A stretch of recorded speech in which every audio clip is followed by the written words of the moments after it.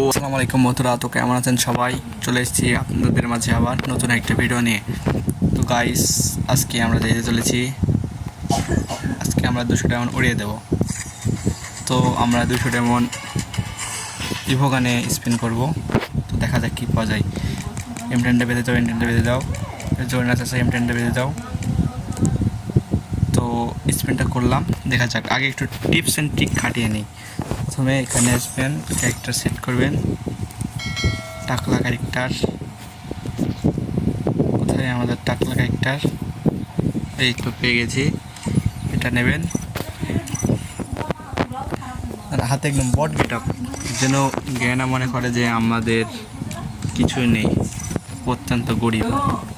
তো প্রথমে আসার পরে, এখানে আসার পরে তো লোডিং লেগে এখানে একটা স্পিন মেরে দেবেন, সাথে সাথে লেজেন্ডারি একটা স্পিন, এখানে একটা স্পিন।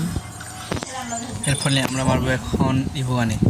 তো কী মনে হয় গাইস, বাইরে যাবে? এখানে একটা স্পিন মারা আছে আমার অবশ্য।